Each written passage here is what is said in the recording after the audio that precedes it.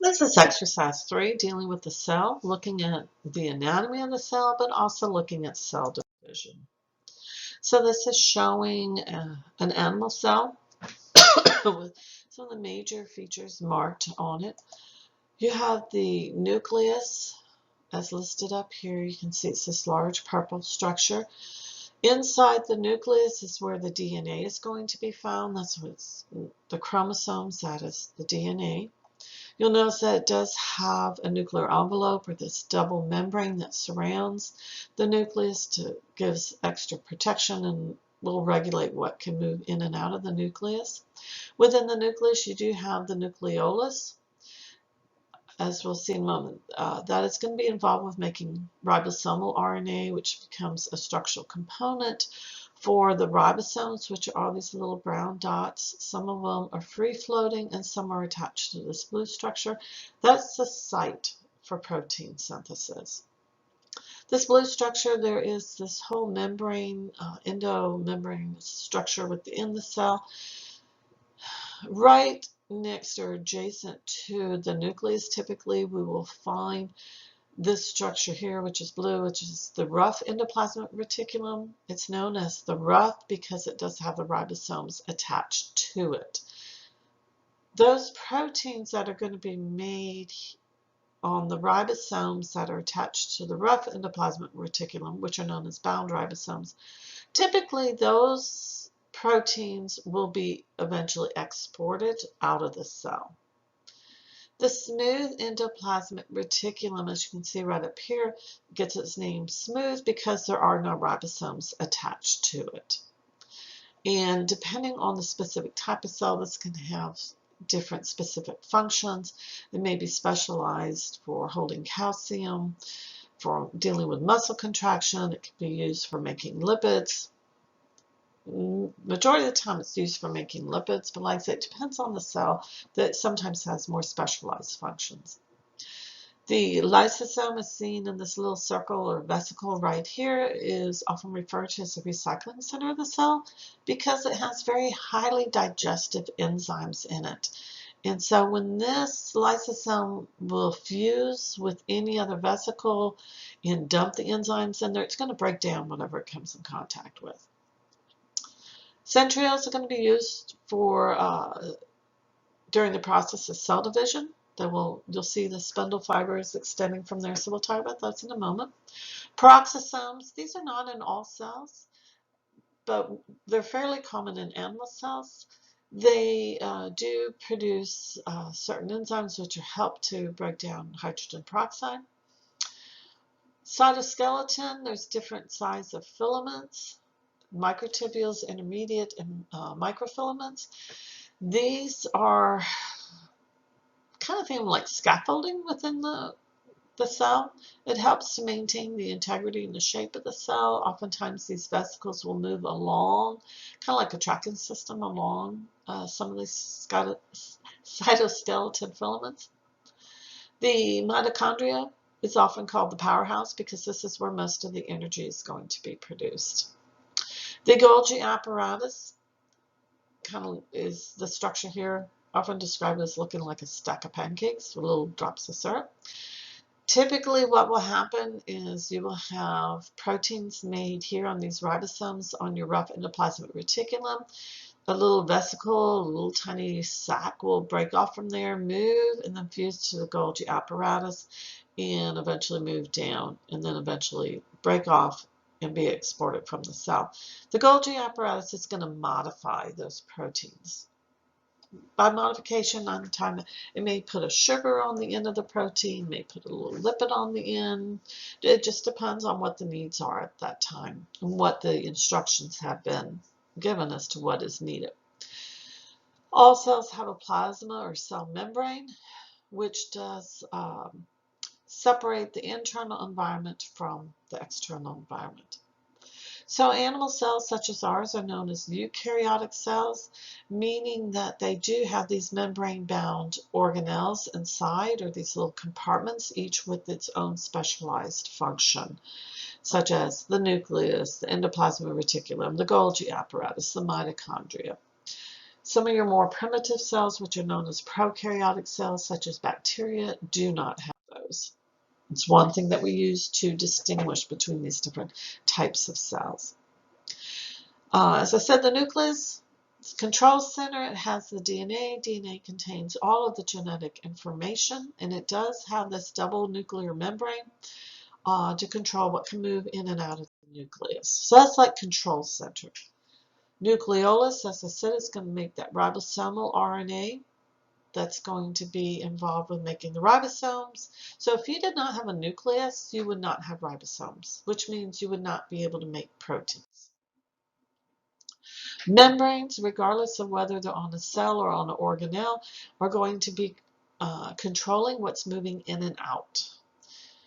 Some membranes, whether you're talking about the plasma membrane, say, versus the mitochondrial membrane, how are they have slightly different specific functions? It has to do with what proteins are embedded or in the membrane or on the surface of the membrane. So the membranes are going to contain two things. Major things. They're going to contain phospholipids, and that's going to exist in a bilayer, meaning it's in two layers, and then you're going to have proteins embedded in that. The membrane has what's known as a fluid mosaic model, and it's also selectively semi-permeable. Selectively semi-permeable means that it's not a free-for-all. It means that only certain things can pass across that membrane. And some people think, oh, only certain things can move in, but only certain things can also move out of the cell. So it's not a free-for-all. It's very regulated. Fluid mosaic just means that the molecules that make up that membrane, those phospholipids and those proteins, they kind of move and drift in a side-to-side fashion. Not a whole lot, but they do slightly move back and forth. Kind of visualize in your mind if you're at the beach, on the coast, and there's seaweed there, how with the current and the waves coming in, it kind of flows back and forth. Cholesterol will actually be used in the membrane to help stabilize it. So this is one reason why oftentimes people think, ooh, cholesterol is a bad thing. Too much is, but you do need to have some for various reasons. It helps as a template for making more hormones, but it's also very critical in helping to stabilize the membranes. So in this picture, the upper blue portion is outside the cell, and this lighter tan portion down here on the bottom is inside the cell. And here you have your membrane. As you can see, it's two layers. That's why we call it a bilayer. The yellow portion here, you can see there's two what we call tails that are attached to each one of these little heads or these little purple structures. This is your phospholipid. So we say it's a phospholipid bilayer because you have two layers of that. You can see this four-ring structure that's periodically found in here. That's cholesterol. That's what's helping to stabilize. And then these larger structures here are the proteins that are embedded. Some of them, as you can see, will go the entire width of the protein. Those are known as your integrin proteins. And then some of them are just partial. They don't extend the entire way. They may be exposed on the outside or on the inside. And this is just another drawing to show that you do have those proteins, as I said earlier, depending on the specific proteins that will determine the function and certain characteristics of that particular membrane. And that's what will often help to distinguish different functions. Structure determines function in the way that things may be allowed into the mitochondria but not into the nucleus, etc. Phospholipids are a lipid, which is a type of fat. It is not soluble in water. It doesn't want anything to do with water.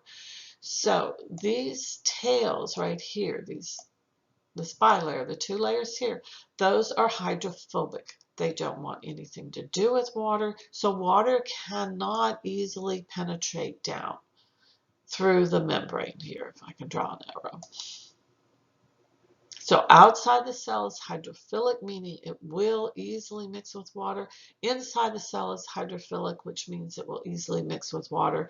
But the membrane itself is hydrophobic. That property alone plays a huge role in helping to regulate what can pass across that membrane.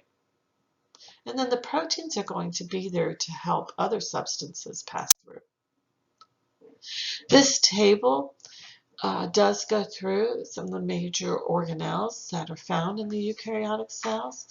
I briefly mentioned when we were looking at the picture of the cell, some of these organelles, and then on this table it also goes over the functions of most of them. Now, not all organelles are found in all cells. You may have vacuoles that may not be found in all cells. Chloroplasts are only found in plants and certain protists and certain bacteria.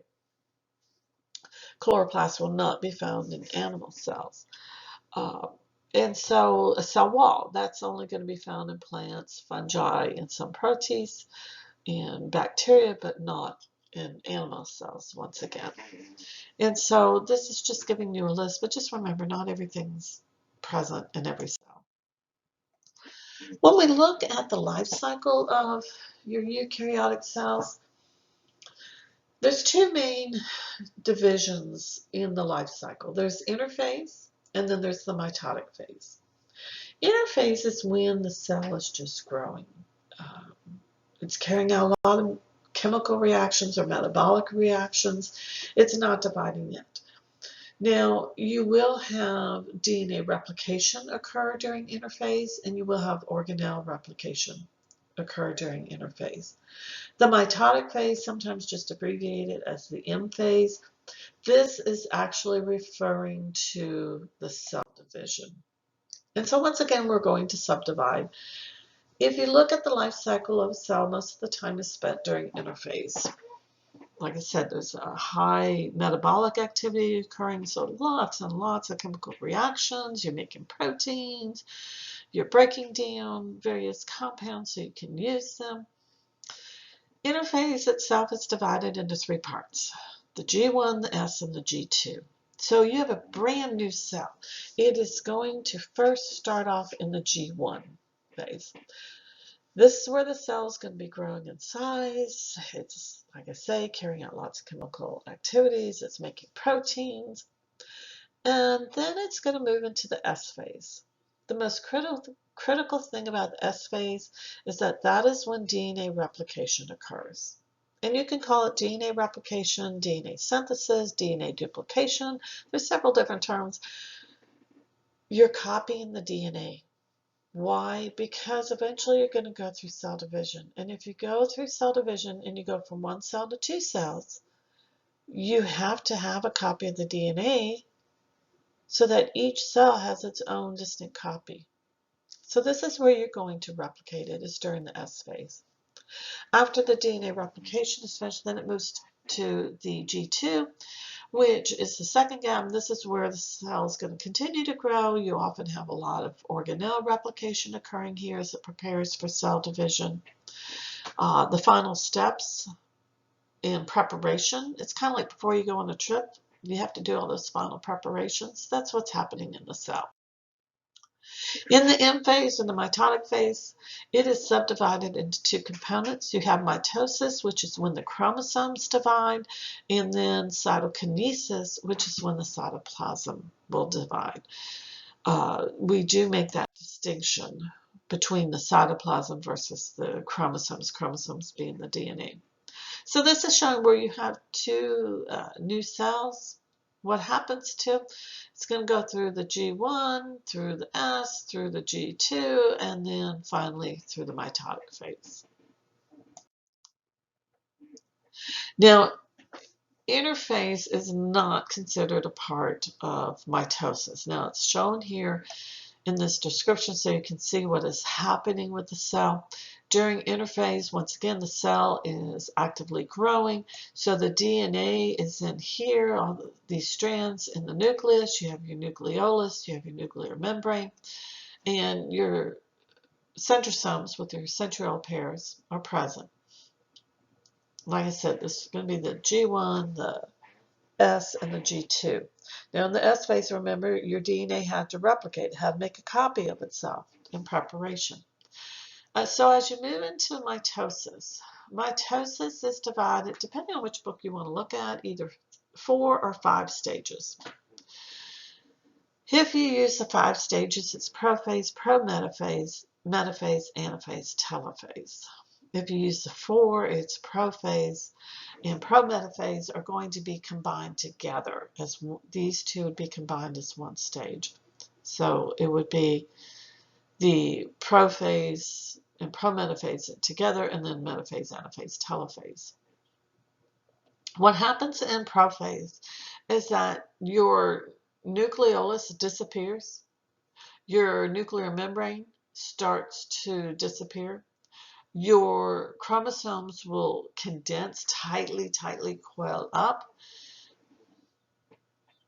As you can see here under a light microscope, you can actually see this. It's thick enough. And then what happens with the centrosomes? They contain the centrioles. They will start to move apart from how they were in interphase and move towards eventually till they're on opposite sides of the cell. And extending out from them, you see the formation of the spindle fibers. Now, the spindle fibers are going to attach to what we call the kinetochore. The kinetochore is a protein that is right here in the middle of where you had a DNA strand. It made a copy of itself, but it's still connected together. And that's what we call our sister chromatids. And the spindle fiber is going to attach to a protein, which is called the kinetochore on here. So essentially your chromosomes condense, they get very tightly wound up. The nuclear membrane disappears, the nucleolus disappears, and your spindle fibers appear. In metaphase, what's going to happen now is the spindle fibers are attached to the chromosomes. The chromosomes have all lined up along what we call the equatorial plate or the metaphase plate, right across the middle. You've got spindle fibers attached to either side. After metaphase, you have anaphase, where these spindle fibers are going to start contracting, and that is going to separate the two sister chromatids or the daughter chromosomes. It's going to separate those two apart, pulling them towards opposite ends, towards those centrioles. And then telophase is essentially the reverse of prophase. In telophase, you see the reappearance of the nucleolus, you see the reappearance of the nuclear membrane, the disappearance of the spindle fibers, and the chromosomes that were so tightly wound up, they start to relax and form back into those long threads or strands. Now, technically, that's it for mitosis. Cytokinesis is the division of the cytoplasm. However, cytokinesis and telophase are timed so that they will end together. And that is what you're seeing here. This it looks like a pinching in, so that you will eventually end up from mitosis with 2 daughter cells. They will be genetically identical to each other. They will be genetically identical to that original parent. And in this picture here, this is actually with plant cells, but you can easily see that in these very light colored cells, like right here, you have the nucleus, you can see the nucleolus in it. This cell would be an interphase. This cell would be an interphase. When the cell starts in prophase and you see that those chromosomes really tightly condensing, such as what you see here, notice how dark it is. And you see that disappearance of the nucleus itself. And then metaphase. Metaphase is one of the easiest ones to see, because you can see, like right here, where the chromosomes are lined up. That is metaphase. Anaphase is where they're being pulled apart. And then telophase, you've got one here for telophase, and here's telophase, where they have moved to opposite sides of the cell. You're starting, certainly here it's really easy to see, you're starting to see it all condense up, the formation of the nuclear membrane again. And for plants, you'll start to see formation of a cell wall between the two. But once again, with mitosis, you have prophase, metaphase, anaphase, telophase. It will occur in that order. You end up with two daughter cells, genetically identical to each other, and they're genetically identical to the original parental cell.